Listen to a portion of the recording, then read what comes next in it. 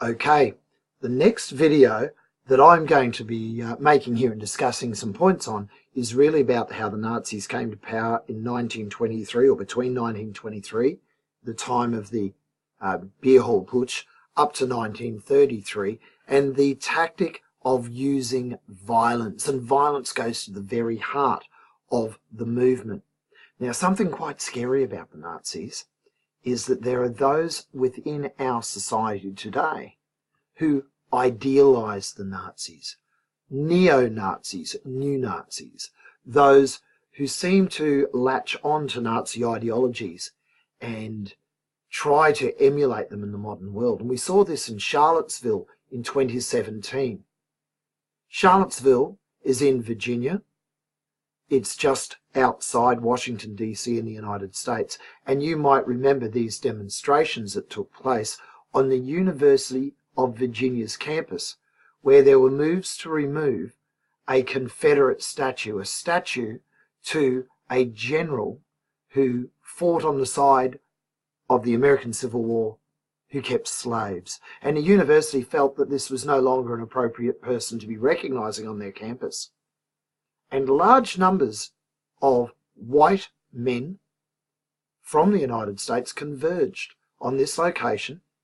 And notice the Nazi salute. Notice what they were called, the Americans called them tiki torches, okay, that were lit, and the nighttime rallies that were taking place.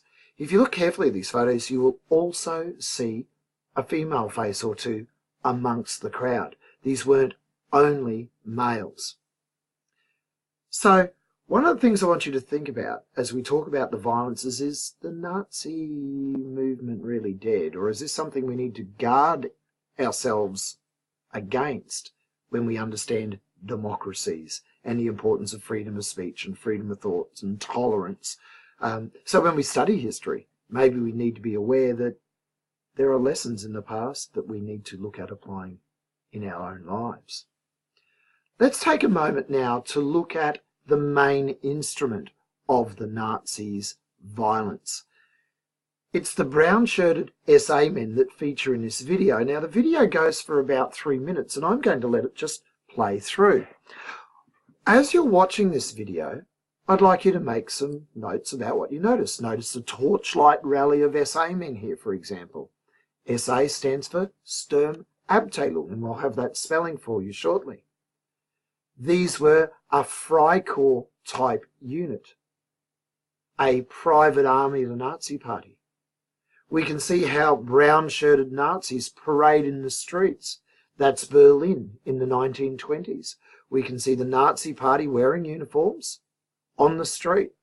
This older imagery here shows the Nazis on parade. That image there of Nazis on a children's piece of playground equipment drinking steins of beer was in Munich. Look at those young faces. These are the ex-soldiers of the SA at around the time of the Munich putsch. There's Hitler. Amazing, this colour footage. Notice the police in the background at times watching on. Nazi SA men on parade. These are later images now of when the Nazis are in power, and we have Nazis in their brown uniforms in wedding ceremonies, and even children dressed up in the uniforms.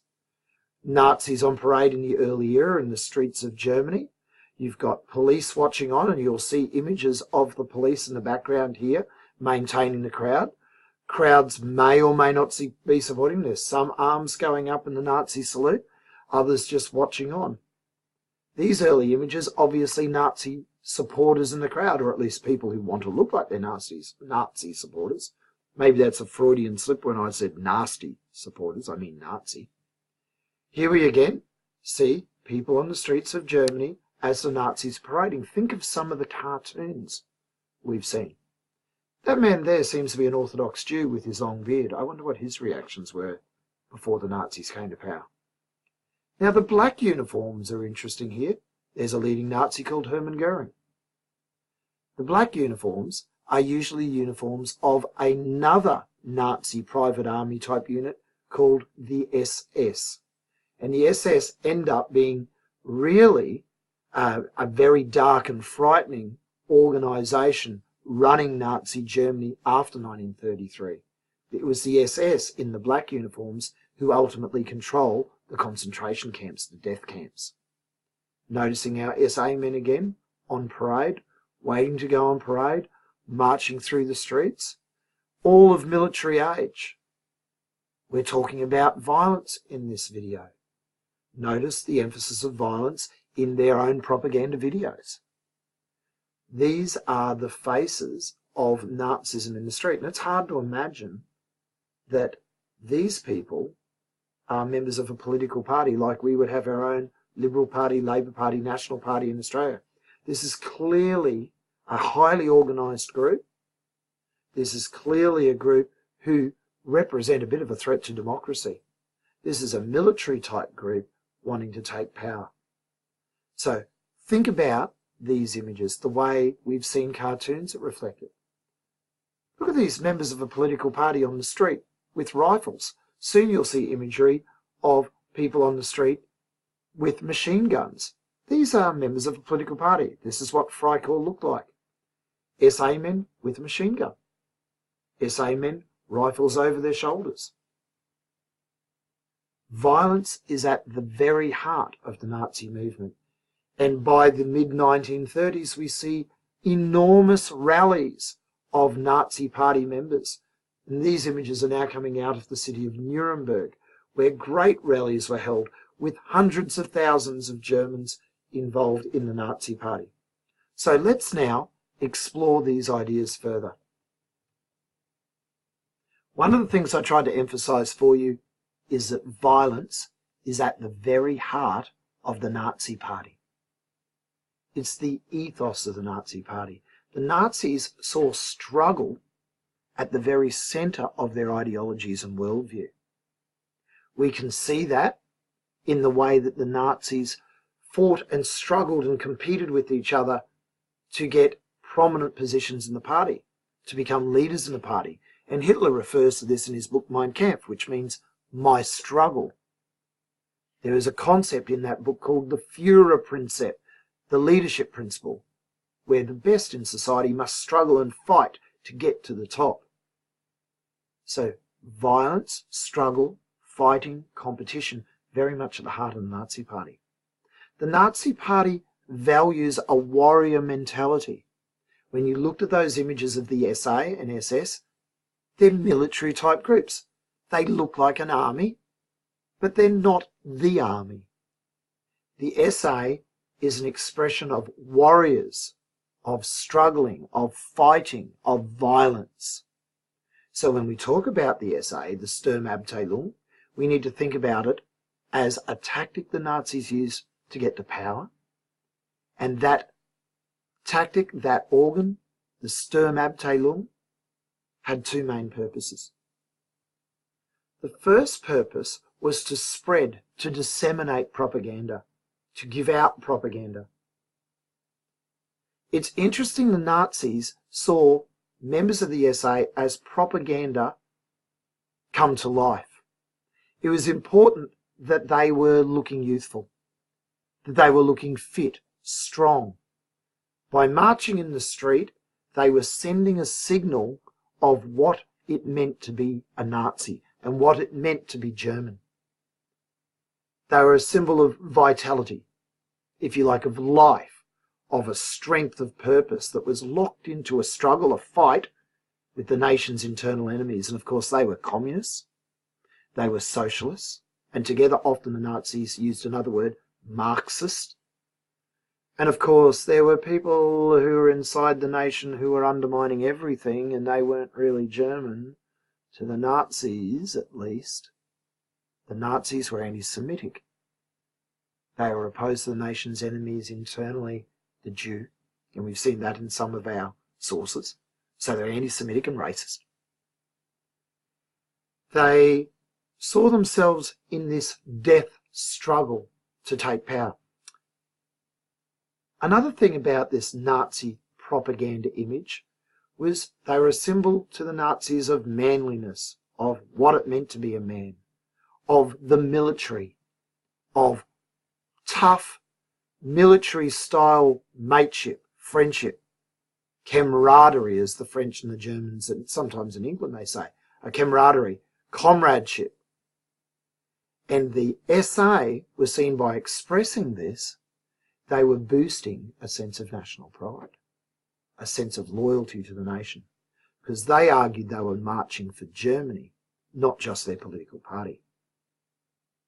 Now, the other more obvious violent function of the SA was they had the function of intimidating, of terrorising the Nazis' political opponents. They also terrorised any social and racial minorities out there too. So while they certainly intimidated and terrorised Democrats, communists, Marxists, the Nazi stormtroopers also terrorised Jewish people. They terrorised Roma. They terrorised anyone that they considered to be outside the people's community, including even homosexuals. The SA stormtroopers existed as a way of intimidating, of threatening, of standing over anyone who might be opposed to the Nazis, anyone who was outside the Volksgemeinschaft, the people's community. One historian I was reading up on was fascinating with this. He said the SA were involved in the politics of hooliganism. They were thugs, hooligans. Little better than criminals in uniform, but they made sure they gave the appearance that they were upholding the law and order. They were thugs in uniform. They were a threat on the street, but they were channeled into a way that looked like they were doing the right thing by society, and that weakened people's faith in the Weimar Republic. I think this is an interesting cartoon. It reflects in some ways the imagery we saw in our video at the start. Take a moment now, pause your video and play with this source as a way of revising. And then I'll point out a few things in a moment.